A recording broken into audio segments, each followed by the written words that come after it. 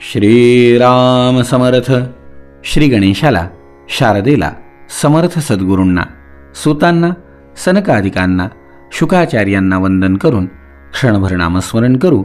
श्रीमद भागवत सारामृत कथेचे श्रवण करू. ओम नमो भगवते वासुदेवाय. ओम नमो भगवते वासुदेवाय. ओम नमो भगवते वासुदेवाय. ओम नमो भगवते वासुदेवाय. ओम नमो भगवते वासुदेवाय. गोपाल कृष्ण भगवान की जय. सच्चिदानंद रूपाय विश्वोत्पत्त्यादि हेतवे तापत्रय विनाशाय श्रीकृष्णाय वयं नमः. श्रोते हो नमस्कार. शुकाचार्य राजा परीक्षितीला सांगतायत, राजा तुला मी ध्रुव वंशाचा विस्तार सांगतोय. या ध्रुवाच्या वंशामध्ये अंग नावाचा उत्तम प्रजेचं पालन करणारा राजा झाला. पण या राजाच्या पोटी जन्माला आलेला वेन हा मात्र दुराचारी निघाला. यांनी प्रजेला छळायला सुरुवात केली, घरामध्ये वाईट वागायला सुरुवात केली. हे सगळं पाहून मनामध्ये विरक्ती निर्माण झालेले वेन एक दिवस घर सोडून निघून गेले.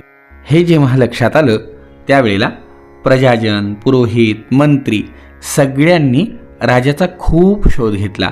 पण स्वामींचा कुठेही शोध लागत नाही. हे पाहून निराश होऊन सगळेजण घरी आले. सगळ्यांनी आपली व्यथा जमलेल्या मुनींना सांगितली. त्यामध्ये भृगु ऋषी होते. भृगूंनी पाहिलं, आता कोणीतरी ह्या राज्याला राजा पाहिजे. त्यांनी खूप विचार केला, सगळ्यांना विचारलं. मुनींची संमती नव्हती, पण माता सुनीताच्या संमतीने यांनी वेणाला राज्यावरती बसवलं. वेन फार कठोर प्रशासक होता. चोर, डाकू यांना जेव्हा कळालं की हा राजा झालाय, तेव्हा अगदी सापाला भिलेले उंदरांनी जसं वेगवेगळ्या बिळांमध्ये जाऊन बसावं त्याप्रमाणे सगळेजण लपून बसले. राज्य मिळालं. वेन राजा झाला. आता त्याच्या हातामध्ये सत्ता आली, सामर्थ्य आलं. त्यामुळे तो उन्मत्त झाला. अभिमानाने स्वतःलाच सर्वश्रेष्ठ समजून तो महापुरुषांचा अवमान करू लागला. ऐश्वर्य मदानी आंधळा झाला आणि रथात बसून निरंकुश हत्तीप्रमाणे पृथ्वी आणि आकाशाचा जणू थरकाप उडवीत सगळीकडे संचार करायला लागला. बरं, सगळीकडे संचार करून म्हणतोय काय? न यष्टव्यं न दातव्यं न होतव्यं द्विजा क्वचित इति न्यव्यारयत धर्मं भेरी घोषेण सर्वतः. आपल्या सेवकांना सांगतोय, जा सगळीकडे दवंडी द्या. आणि यांनी सांगितल्याप्रमाणे सगळ्या राज्यामध्ये दवंडी दिल्या गेली. ऐका हो ऐका, गावकऱ्यांनो ऐका, राज्यातील सर्व लोकांनो ऐका ऐका ऐका.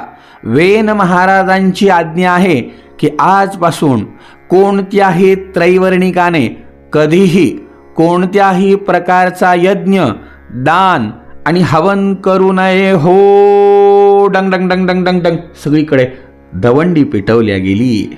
विदुरा, अशा प्रकारे सगळीकडे दवंडी झाली. आता राजा बोलेंदल झाले. जी राजाची आज्ञा आहे ती सगळ्यांना ऐकावीच लागली. यामुळे सगळीकडचे धर्म कर्म बंद झाले. दुष्ट वेनाचा हा अत्याचार सुरू झाला ते पाहून सगळे मुनी एकत्र झाले. जगावरती संकट आल्याचं समजून करुणेने आपापसात चर्चा करू लागले. एकमेकांना म्हणायला लागले, अहो, दोन्ही बाजूंनी जळणाऱ्या लाकडाच्या मध्ये राहणारे जीव संकटात सापडतात, त्याप्रमाणे यावेळे सगळी प्रजा एकीकडून राजाच्या आणि दुसरीकडून चोर डाकूंच्या अत्याचाराने मोठ्या संकटात सापडली आहे. काहीतरी केलं पाहिजे. परिस्थिती अशी निर्माण झाली आहे की अहेरीव पय पोष पोषकस्याप्यनर्थभृत. सापाला दूध पाजल्याप्रमाणे याचे पालन करणे हे पालनकर्त्याच्याच अनर्थाला कारण आहे. वेन प्रकृत्यैव खल सुनीथा गर्भसंभव. सुनीतीच्या कुशीतून उत्पन्न झालेला हा वेन स्वभावतःच दुष्ट आहे. नको नको, या सापाचं पोषण करणं नको, कारण याच्यामुळे प्रजेला त्रास होणार आहे. सगळ्यांमध्ये चर्चा झाली. सगळ्यांनी विचार केला, एकदा जाऊन त्याला समजावून सांगू. सगळेजण वेन राजाकडे आले. वेन राजाला म्हणायला लागले, नृपवर्य निबोधयित द्यते विज्ञापयाम भोः आयुः श्रीबलकीर्तीनां तव तात विवर्धनम. राजन, आम्ही आता तुला जे सांगतो त्याकडे लक्ष दे. अरे, ज्यामुळे तुझं ऐश्वर्य, आयुष्य, बल, कीर्ती वृद्धिंगत होईल, याचं श्रेय तुला मिळेल, हे तुला सांगायला आम्ही आलोय. काय?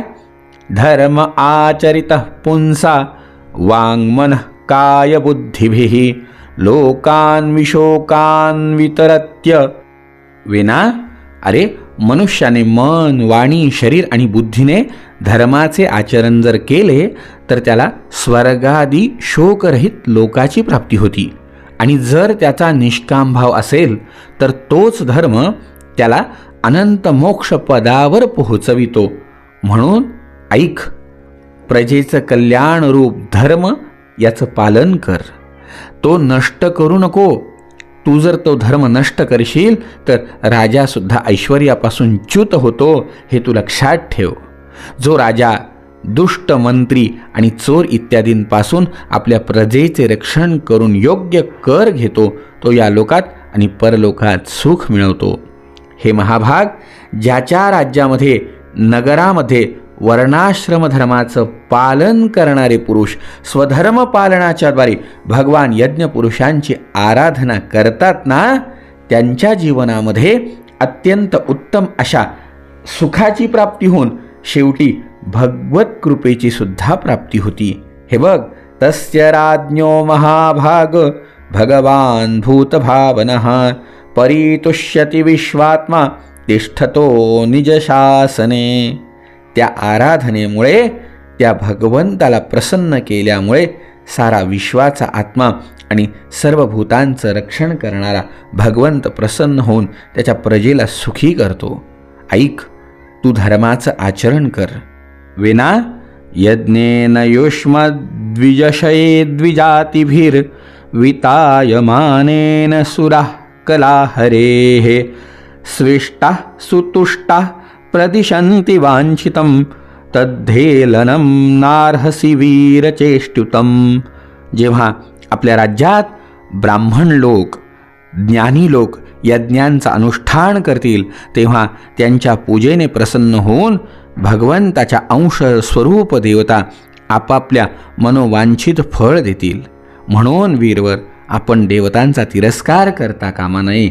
ऐक, आम्ही तुला तुझ्या कल्याणाची गोष्ट सांगायला आलोय.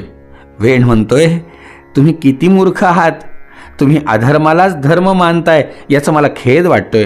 अहो, जे तुम्ही तुमचा जीवननिर्वाह चालविणाऱ्या मला साक्षात आपल्या देवाला सोडून इतर कुणाच्या तरी नादी लागायला सांगतायत, किती मूर्ख आहात तुम्ही. जे लोक मूर्खपणामुळे राजारूप परमेश्वराचा अनादर करतात, त्यांना या लोकी तर सुख मिळत नाहीच नाही, पण परलोकात सुद्धा सुख मिळत नाही. राजाचा तिरस्कार करता कामा नये. तो वेण सांगायला लागला, अरे, ज्यामध्ये तुम्हा लोकांची एवढी भक्ती आहे, तो यज्ञपुरुष कोण आहे? तुम्ही विष्णू, ब्रह्मदेव, महादेव, इंद्र, वायू, यम, सूर्य, मेघ, कुबेर, चंद्र, पृथ्वी, अग्नी, वरुण यांच्या व्यतिरिक्त जे दुसरे सगळे देव आहेत, ते सगळे देव राजाच्या शरीरात राहतात, हे तुम्हाला माहिती नाही? मग म्हणून राजा सर्व देवमय असताना तुम्ही का बरं तुम्ही सांगताय की मला त्या देवांना शरण जायचं? ऐका, तुम्हीच सगळेजण माझं ऐका, मी काय सांगतोय. मत्सर सोडून द्या. सर्व कर्मांच्या द्वारे फक्त माझं पूजन करा. मला नैवेद्य अर्पण करा. माझ्याशिवाय दुसरा कोण अग्रपूजेचा अधिकारी होऊ शकत नाही. माझी सेवा करा. हे सारखं सारखं सगळ्या मुनींना तो सांगतोय. विदुरा, ज्या वेळेला त्यांनी असा उन्माद करायला सुरुवात केली, त्यावेळेला मात्र सगळ्या मुनींनी एक विचार केला की आता हा कुमार्गाला गेलाय. हा जर असंच वागत राहील तर याच्यामुळे सगळी जीवसृष्टी धोक्यामध्ये येईल. आता हा जगता कामा नये, अजिबात नाही. अहो, हा सगळ्यांचा अवमान करायला लागला, अपमान करायला लागला. आता हन्यतामेष पाप प्रकृती दारुणः, या दुष्टाला मारून टाकलं पाहिजे. दुष्ट स्वभावाच्या या नीचाला मारून टाकून याचा अहंकार संपवला पाहिजे. हा जर जिवंत राहिला तर काही दिवसातच जगाचं खात्रीने भस्म होईल. मग सगळ्यांनी एक विचार केला. अहो, सगळ्या मुनींच्या मनामध्ये जो संताप याच्याबद्दल निर्माण झाला होता ना, अशा प्रकारे आपला लपविलेला क्रोध सगळ्यांनी प्रगट करून त्याला मारण्याचा निश्चय केला. तो तर भगवंताची निंदा केल्या कारणाने अगोदरच मरणप्राय झालेला होता. म्हणून केवळ या सगळ्यांच्या हुंकारानेच तो आपोआप गतप्राण झाला. खरंय मंडळी, आजही ही परिस्थिती अशीच आहे.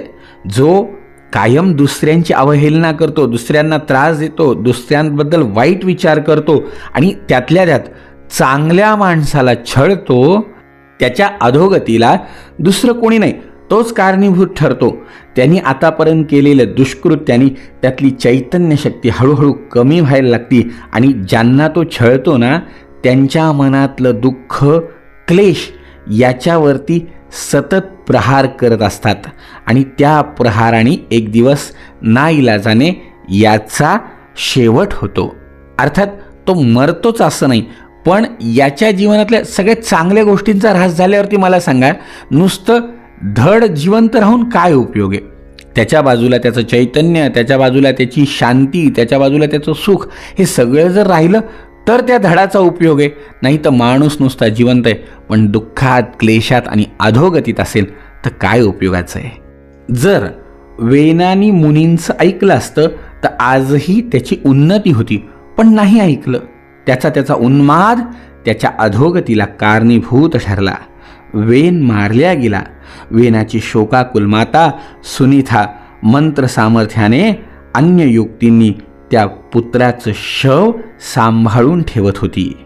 तिने ते शव सांभाळून ठेवलं. एकदा मुनींनी सरस्वतीच्या पवित्र जलात स्नान करून, अग्नीत हवन करून नदीच्या तीरावर बसून हरिकथा करायला सुरुवात केली. हरिकथा चालू असताना त्यांच्या लक्षात आलं की सगळीकडे अशुभ अशा प्रकारच्या दुष्ट शक्ती अतिशय सगळ्या प्रजेला त्रास देत होत्या. का? कारण त्यांना तारणारं कोणीच दिसत नव्हतं. ऋषी लोक विचार करत होते की काहीतरी पर्याय केला पाहिजे. या वेन राजाच्या मृत्यूमुळे देशामध्ये अराजकता माजली आहे. सगळेजण शक्तिहीन झालेत. चोर डाकूंची संख्या वाढली आहे. या उपद्रवी लोकांमुळे सगळी प्रजा वेठीस धरल्या गेली आहे. सगळीकडे हिंसाचार वाढला आहे. मनामध्ये विचार करतायत, खरं म्हणजे काहीतरी केलं पाहिजे.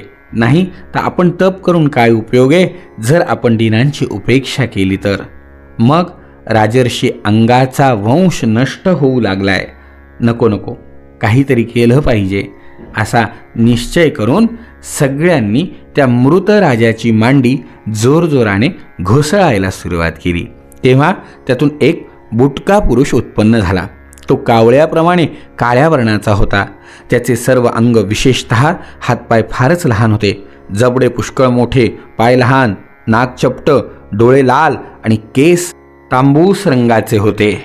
या वेनाच्या मांडीचं मंथन करून हा पुरुष निर्माण केला होता. तो मोठ्या दीनतेने आणि नम्रतेने हात जोडून मुनींना म्हणत होता, ऋषींनो सांगा मी काय करू? तेव्हा ऋषी म्हणाले, निषद. बस निषाद म्हणू लागले. त्याने जन्माला येताच राजा वेनाची भयंकर पाप आपल्या स्वतःच्या शिरावर घेतली.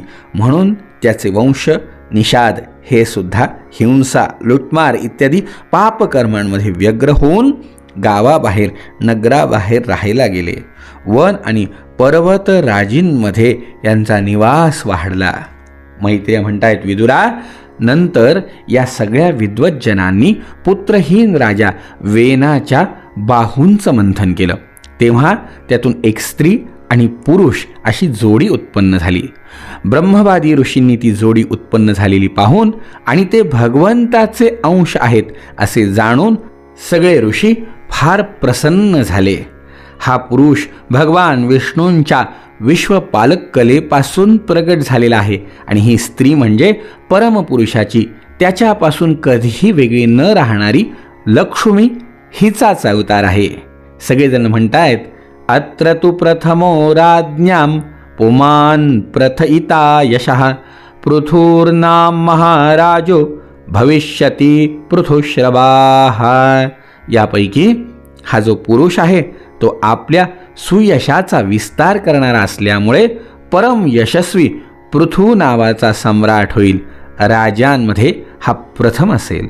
आणि इयंतु सुदती देवी गुणभूषणभूषणा अर्चिर्नामवरारोहा पृथुमेवा वरुंधती. ही सुंदर दंतपंक्ती असलेली तसेच गुण आणि अलंकारांनी भूषित असणारी सुंदरी या पृथुलाच पती म्हणून वरेल. हिचे नाव अर्ची असेल. अशा प्रकारे दोघांचं नामकरण झालं. पृथूच्या रूपाने साक्षात श्रीहरींच्या अंशानेच या जगाचे रक्षण करण्यासाठी अवतार घेतला आहे आणि अर्चीच्या रूपाने निरंतर भगवंताच्या सेवेत राहणारी त्यांची नित्य सहचारिणी श्री लक्ष्मी प्रगट झाली आहे. हा आनंद सगळ्यांना होता. मंडळी, म्हणूनच या भूमीला असा एक राजा मिळाला की जो तिचं उत्तम प्रकारे पालन करेल. म्हणून तर या भूमीला पृथूची पृथ्वी असं म्हणायला सुरुवात झाली आणि या पृथ्वीवरती या अलौकिक राजाने उत्तम प्रकारे शासन करून सगळ्या प्रजेला आनंद दिला. कशा प्रकारे राजा, हा कथाभाग उद्याच्या भागामध्ये श्रवण करू. जय जय रघुवीर समर्थ.